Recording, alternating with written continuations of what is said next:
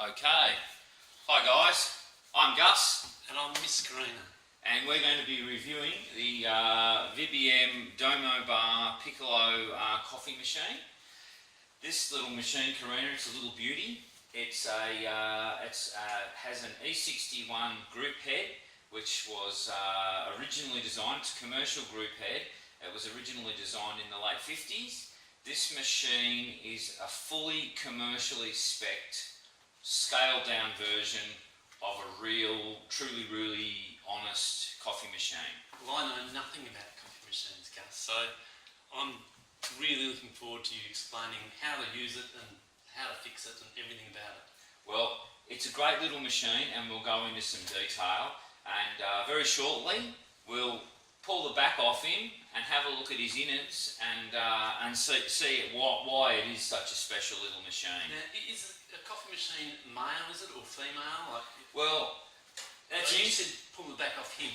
Well, I refer to it as a him thing because for me it has some degree of masculinity, and I suppose it's about, pumping yourself up to make a good coffee, and that I don't know whether Jane would refer to it as she. I'm not sure, but I think probably for me it's a he. What about you?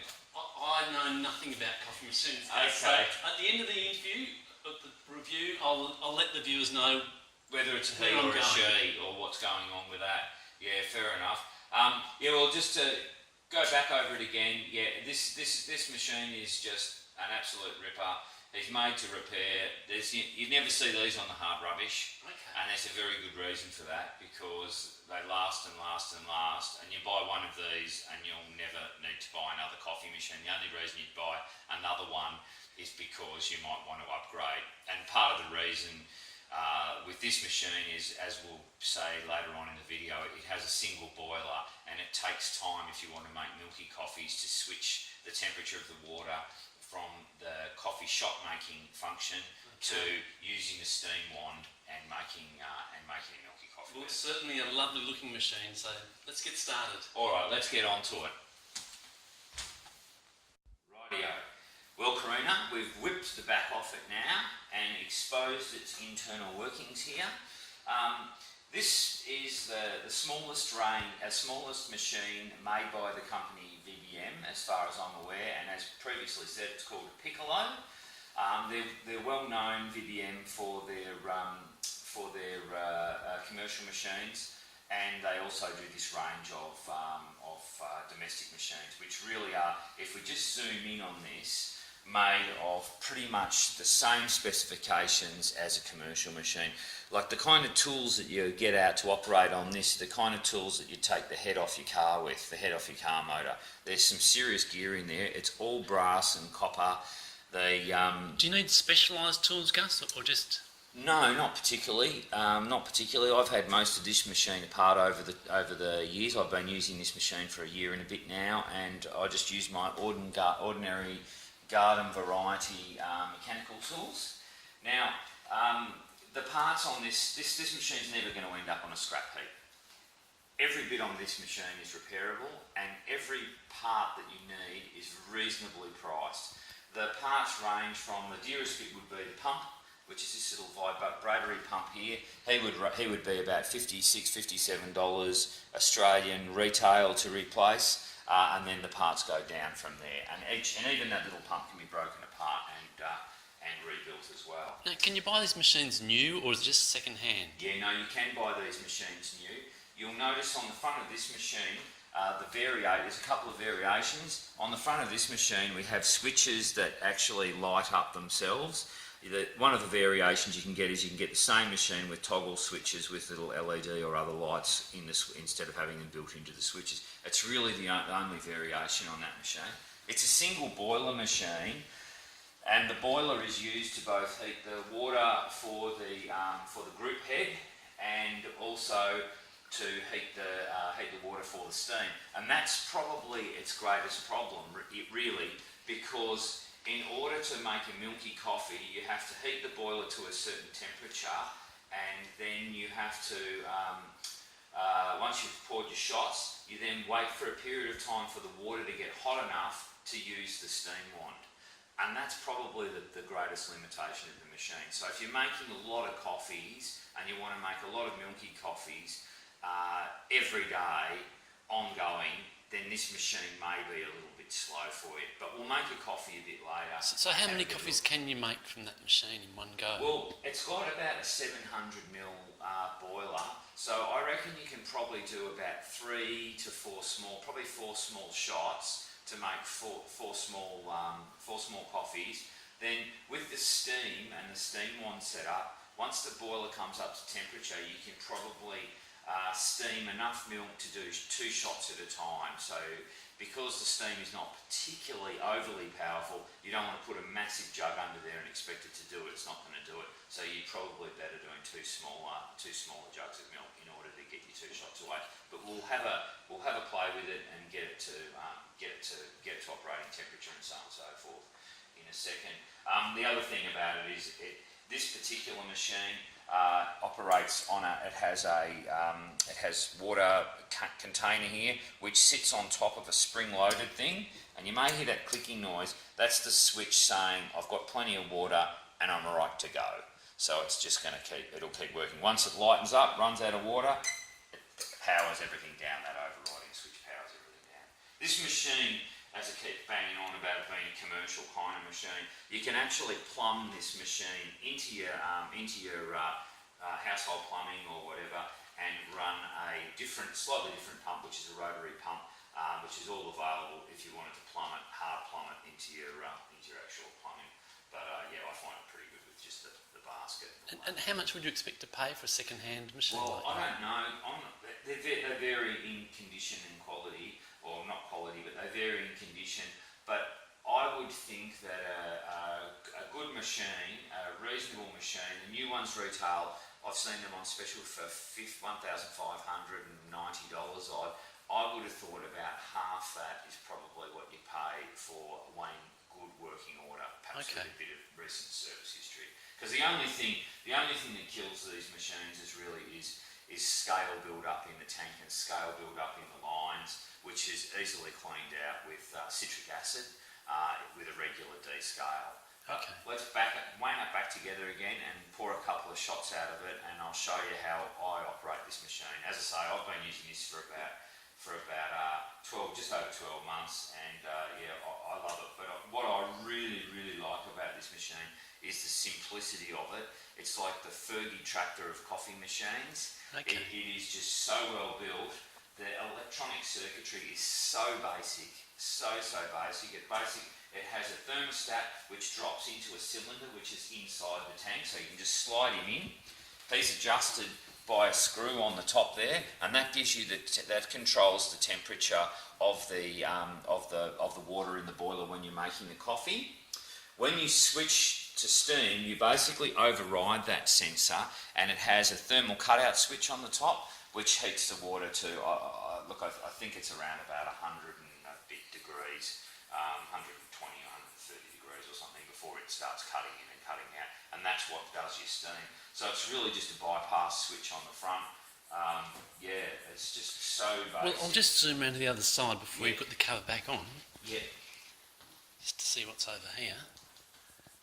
Lots of wires. Yeah, so it's just the basic circuitry, so it's just basically running everything through the power switch, and then it takes off from there. And you'll see this little switch here, and that basically operates the pump, which via a switch on the outside on this handle. So when you're doing your shot, this switch actually starts the pump up.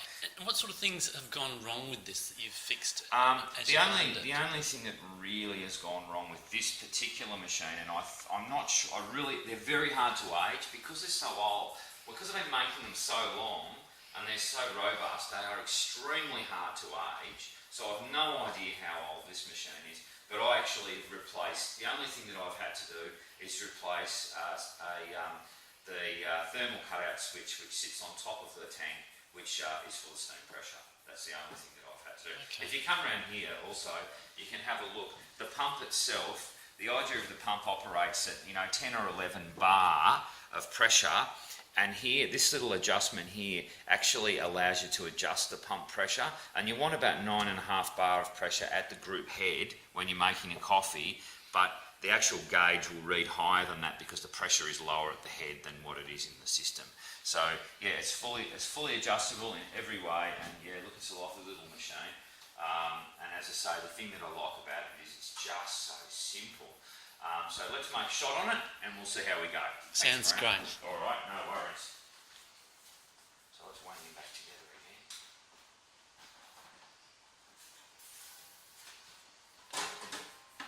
It is unreal, isn't it, inside that machine? Like you go, like it looks complicated, but it's just a basic circuit. All it is a basic circuit with a bypass on the temperature. I don't know what you're talking about, Gus. Well, like All I know is I've been looking forward to a coffee from this machine for about 8 months, so I'm... You're getting a bit thirsty. Getting a bit thirsty. But it's just, so all it is just a, whoops. Some water over it. It's just a simple, like a circuit with to a heating element, and you just bypass it one way and it turns into a steam unit instead of the coffee. So it's just incredible what it does, this little fella. Just love him so. On that gauge, that tells you the pressure in the tank, doesn't it? Yeah, that gives you the pressure in the tank. Well, it gives you the pressure everywhere because it's all joined in this machine.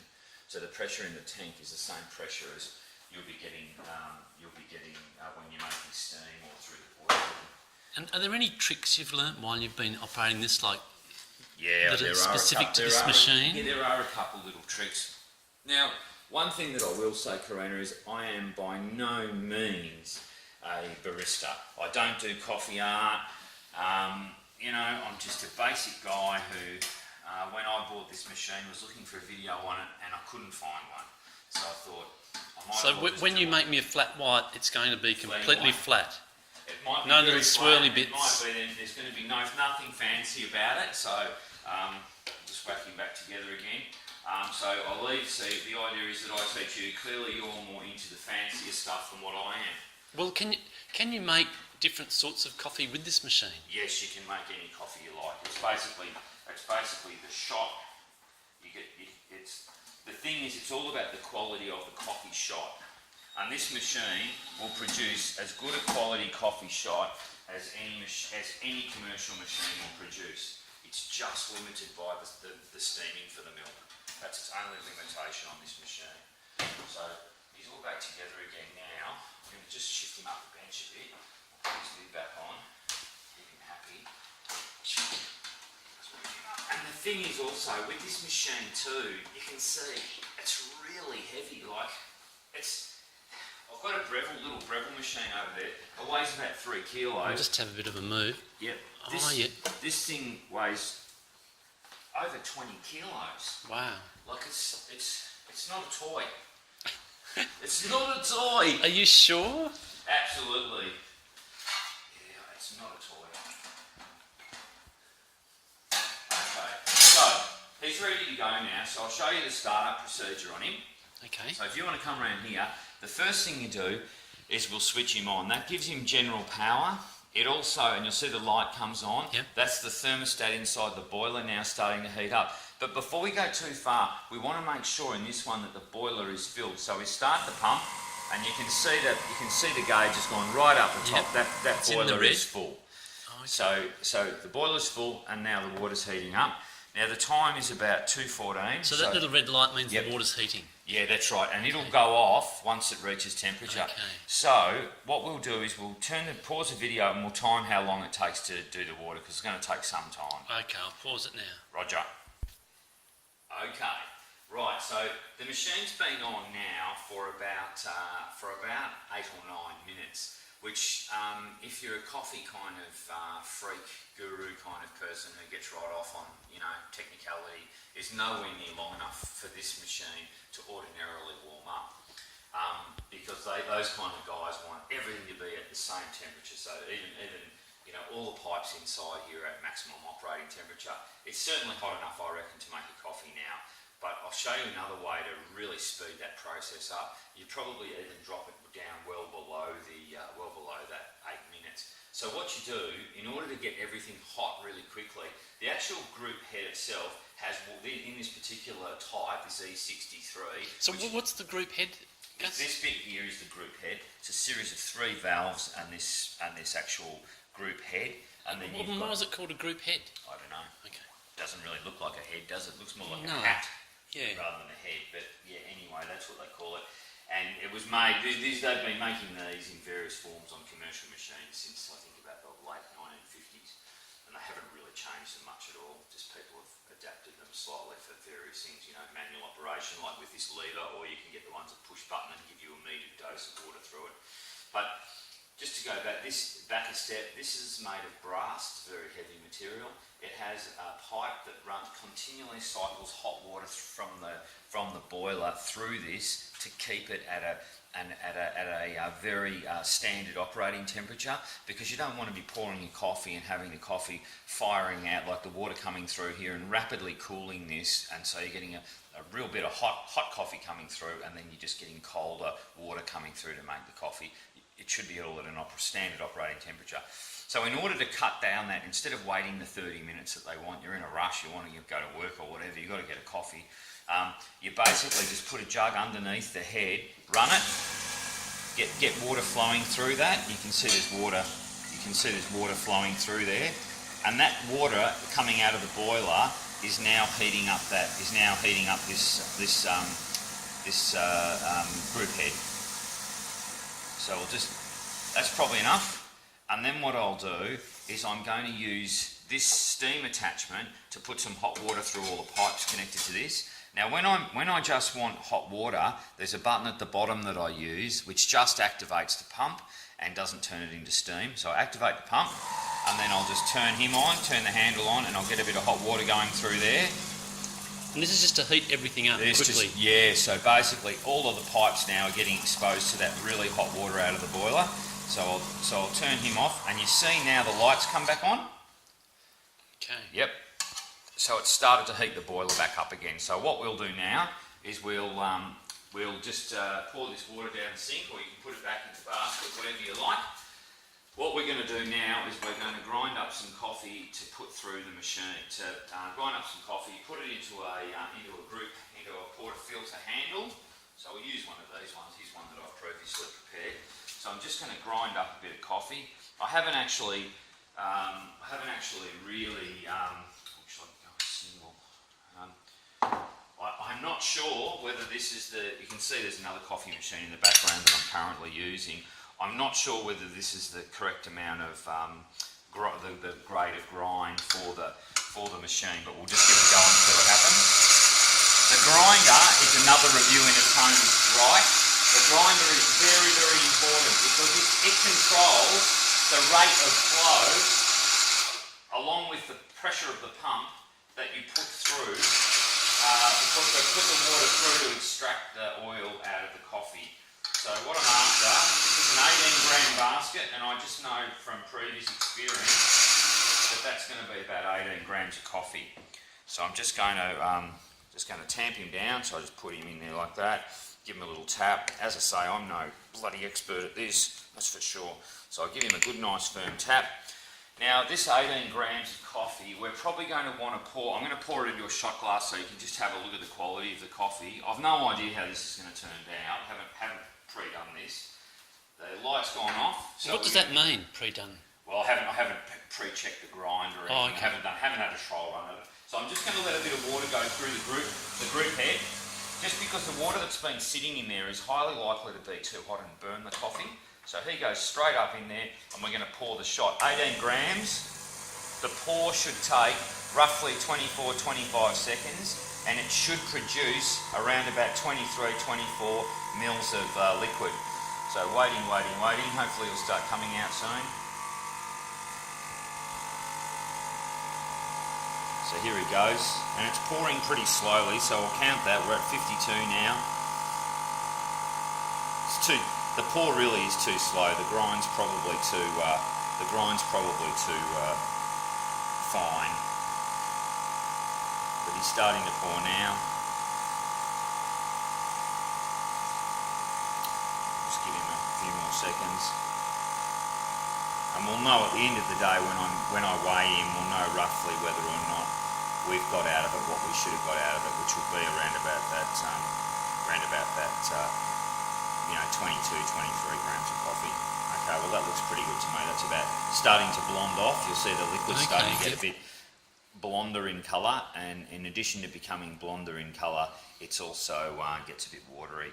So we'll have a look at the shot. That's the shot that's come out of that machine, and it's not a bad looking shot. We'll just have a bit of a smell of it. You can just smell that. Yeah, it's taken. Can I have a smell? Yeah, it's taken a little bit too long. I think it's maybe a bit bitter. So probably the grind is we could probably make the grind a little bit coarser. So I'm going to put on. We'll get this little fella going, and we'll just see what the pour is like. There's a coffee that I put early this morning. Put a tear on that. Put that down. So yeah, it's gone on a little bit too long, but you can see that. How can you tell? It's because there's more weight in it. Is that yeah, well, what I'm saying, the reason that it's gone on too long is because there's a little bit. I think I brewed him. I think I poured him for about 25, 26 seconds, and there's 25 mils of coffee in. Well, I probably could have reduced both a bit, but nonetheless, it would have been better than what 20 mils or. It probably would have been. What I would have been aiming for is to pour it for probably about 22 seconds, and I'll be wanting about 24, 25 mils. Well, I've got the volume, but the pour took too long. Okay. So it just fractionally too long. So my grind's probably a bit fine. But yeah, it's nonetheless, that's not a bad shot out of a tiny little machine like that. So what we'll do is we'll increase. So do you think that might be a little bit burnt, maybe, or? It just smells a little bit bitter to me. It does smell a little bit bitter. So yeah, probably we could have probably, as I say, shortened the pour time on that. So what we'll do is we'll increase the grind a little bit, and I'll show you a milky coffee, and I'll show you what I'm talking about with the limitations going between the steam and the actual shot, because we could keep pulling shots out of that machine pretty well endlessly now. At this point of time, and they're going to come out pretty well as long as I adjust the grind.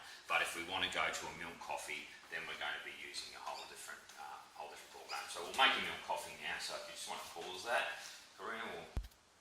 Righto. So I've coarsened up the grind margin just a tiny wee bit. Let a bit of water through. Whack your portafilter handle in there. Put the glass on the bottom, and this is also another advantage with these machines is they're quite high from the bottom of the machine to the portafilter. So even though there's a glass and I'm having a little bit of trouble getting in there, that's a pretty tall glass. So we'll just knock a shot through that one, and away we go. Let him go.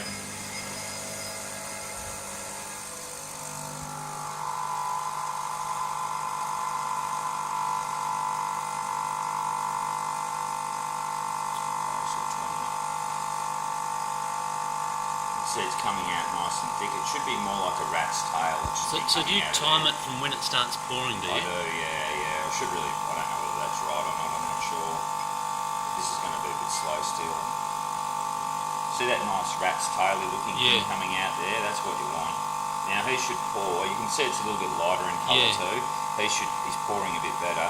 He should pour till about now. And that's because you did a thicker grind. Yeah, I just increased the size of the grind a little bit, and I probably didn't tamp it down as hard as what I did before. And was that the same amount of time as the previous one? It was. Now, just quickly, I'm going to switch now to steam on this machine. So I push that button in, so you can do the milk. Yeah, so I can now do the milk. I'm just going to weigh this. I'm just interested to see what the. Oh, actually, I can't weigh it. But that I haven't got an empty glass. But that's not a bad looking little shot out of that machine again, and you can see the difference with the grind. Yeah. See how the other one's very black on the darker on the top, and this one's a lighter on the top, but it's probably a better shot. So I'll put him back up here. Now, if you want to turn that off, Corina, we'll just take a second while I time how long it's going to take to heat that boiler up, because now we're waiting for it to do the steam, to do the milk. Okay. And this is the problem. This is the potential problem with this machine, in that you can't steam instantly. So maybe in the morning, what I've done in the past. How long do you have to wait? Well, look, it could be as long as 60, 90 seconds. So you may get a little bit of deterioration in the crema in that time, waiting for the steam. Yep. It's generally okay, but generally what I'll do is I'll knock 2 shots out in the morning. I'll put them up there, and then I'll steam my milk. for me and me and Jane, and and it all works out okay. Yeah. And you can sort of you can see that the gauge is also rising the pressure in the tank. And so if visitors are here, you sort of go, oh dear. Yeah, you go, not visitors again. Yeah. No, it's all good. It just means you've got to do it a couple of times, and you've got to run cold. You've got to start running cold, trying to get the temperature down to go from the steam heat to the heat to do the shots. You obviously need to run quite a lot of water through the machine to cool it all down in order to get it to the right temperature to do. Oh, so once you've done the steam for the milk and you want to do another coffee, you've got to cool that group head down. Yeah, you do. Yeah. So it's gone off now. So it's ready. It's pretty well nearly ready to do a. What went off there? The light's gone off, so we know it's at the temperature to do the milk. But because of the way this machine operates, generally what I do to get the best results, you'll see there'll be a lot of water condensed in the lines on this machine. Can you see the water coming out here? So generally what I'll do is I'll do that until steam comes out. I'll keep doing it and I'll just wait for that light to go on again. Just light it, Yep, I'm not going to spray everywhere, but just wait, take a couple of seconds. But obviously the wider open you turn it, the quicker it is. There you go. So I'll turn that off. I'll let it reheat again, and then we'll steam the milk for it. And what was the point of doing that? The idea, you don't want that water in your coffee, and just experience with this machine tells me that this is the best way to get a result. So is that so you just get pure steam coming out? Pure dry steam. You don't want any water in that. In the milk. In that milk. No, that's right. Okay. And so I'm a bit of a cheater. Like all the guys that really know about coffee will be laughing their head off when they see me using a thermometer. You can hear it, but not if you're deaf like me. So, what are you hearing? What are you listening for? I'm listening for a change in the tone. You'll hear as I'll call it as I hear the changes. Also, a lot of people just do it by feel and by sound, But you get varying thicknesses of. So, what temperature are you looking for there? I'm looking for a minimum of about 65 degrees. Okay. 65 degrees. So what I'm going to try and do is I'm going to put this spout and put it in on the edge, on the inside edge there, just below. Yep. I'm going to turn it on, so we'll just make sure we've got dry steam. Yep.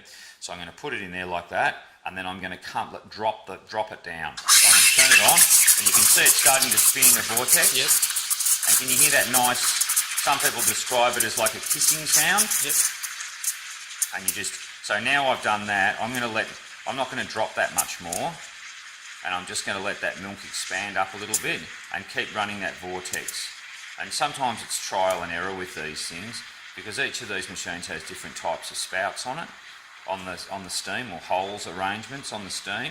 This one actually came with a four hole. Hear the change in the sound? Yep. So I'll turn him off. This one actually came with 4 holes in the end of this end of the steam one. So that actually does increase the volume of the milk, doesn't it? It does, yes, significantly. It expands it significantly. So just do that a bit. And then this jug's a bit of a bugger to pour with, but we'll try and pour a coffee with that. And so I'm absolutely no barista, and there's no art in that. There's no flour on the top? Not today. There's something on the top there. There's something, Could be a bum cheek, maybe. I just think it's a nice little spirally S thing. And you see here, it's clumsy the way I've done it because you've got all those little bubbles in there. It should be, if it was a really nice microfoam, you wouldn't get that. But you can see the coffee dropping through now. That's not a bad. Look, for all intensive purposes, it looks like that's a good drinking coffee. That looks like a lovely coffee to me. Machine. Yeah, and so that's the Vibiemme Piccolo. If you've got any questions or you want to ask anything about it, just comment on the video. And we'll try and, Corina or I'll try and get back to you. But bang for your buck, this is a terrific machine. It's never going to fail. It'll last you for the rest of your life, and you'll be able to make good quality coffees. The only thing is swapping between the steam and the coffee shot can be a problem for some people. But as you see, it still produces a pretty good coffee.